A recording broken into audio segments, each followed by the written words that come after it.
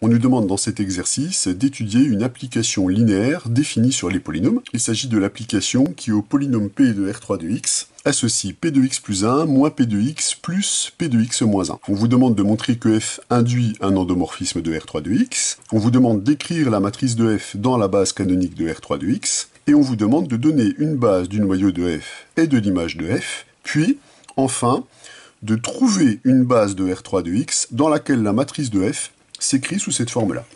Alors, j'ai lu évidemment l'énoncé en totalité, ça c'est quelque chose qu'il faut faire systématiquement, pour pouvoir mener les calculs de façon intelligente par rapport aux questions qui nous sont posées par la suite. Bon, commençons par démontrer que l'application f induit un endomorphisme de R3 de x. Pour ça, on va commencer par démontrer la linéarité de l'application f.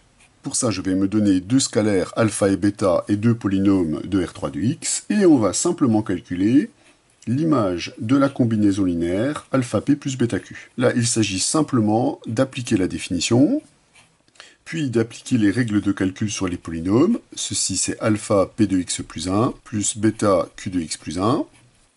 On applique la même règle pour les polynômes suivants. On n'a plus qu'à regrouper les termes qui sont en facteur de alpha. On reconnaît déjà f de p, puis en facteur de bêta, où on reconnaît f de q.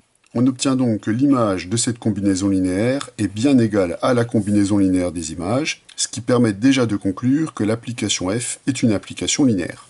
Alors, pour démontrer que f induit un endomorphisme de R3 de x, on doit montrer que pour tout p appartenant à R3 de x, f de p appartient bien à R3 de x, c'est-à-dire est un polynôme de degré inférieur ou égal à 3. Alors cela, on peut le justifier simplement en utilisant les opérations sur les degrés de polynômes, mais ce n'est pas comme ça que je vais procéder, étant donné qu'on me demande la matrice de f dans la base canonique de R3 de x. Moi, je vais être obligé de calculer les images des vecteurs de la base de R3 de x. Donc, je vais m'appuyer sur une propriété du cours qui nous dit que l'image d'une application linéaire est entièrement déterminée par l'image d'une base. Donc je vais calculer l'image des vecteurs de base, ce qui va me permettre de voir que l'application f s'envoie bien dans R3 de x, puisque son image sera incluse dans R3 de x. Donc je vais plutôt calculer f de 1, f de x, f de x2 et f de x3, les images des vecteurs de ma base canonique de R3 de x. Alors pour f de 1, il s'agit de prendre le polynôme 1 et de le composer par x plus 1.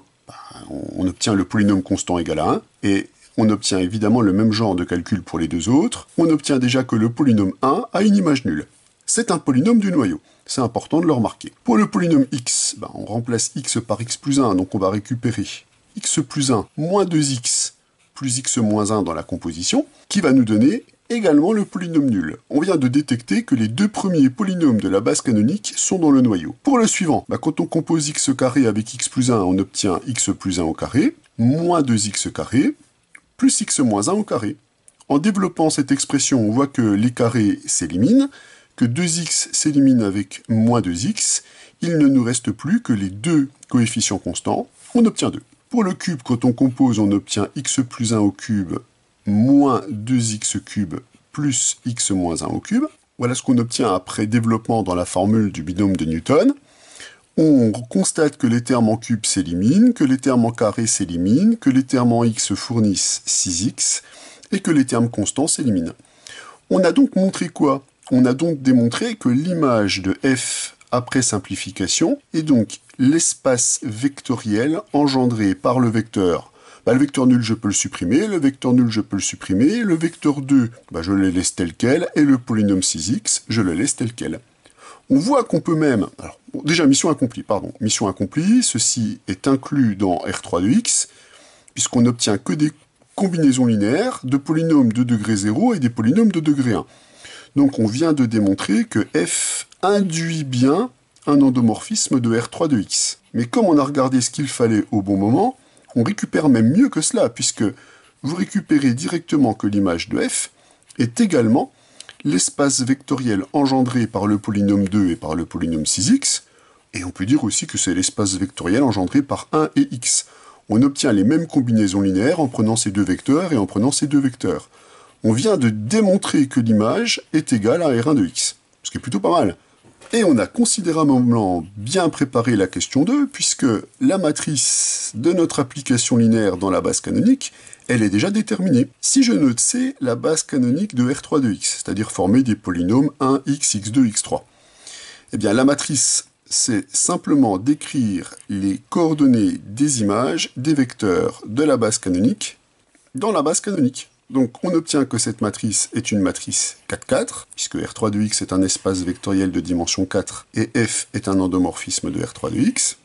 On n'a plus qu'à compléter les coefficients de la matrice avec les coordonnées. F de 1, c'est un vecteur qui va avoir comme coordonnées 0, 0, 0 dans la base, puisque on avait vu que 1 était un vecteur du noyau. Il en va de même de x pour les mêmes raisons. F de x carré, c'est 2 fois 1 plus 0 fois les autres vecteurs. F de x cube, c'est 0 fois 1 plus 6 fois x plus 0 fois x carré plus 0 fois x cube. On obtient donc une matrice très très simple. Alors au passage, on avait déterminé l'image, mais on peut même enchaîner avec le noyau. Pourquoi? Puisque si j'applique la formule du rang à cette application, j'obtiens que la dimension de l'espace vectoriel de départ, c'est-à-dire la dimension de R3 de X, est égale à la dimension de l'image. La dimension de l'image, c'est la dimension de R1 de X, c'est 2, plus la dimension du noyau de l'application linéaire F. On obtient donc que la dimension du noyau est égale à 4 moins 2 est égale à 2. Moralité. Pour trouver une base du noyau, qu'est-ce qu'il nous reste à faire?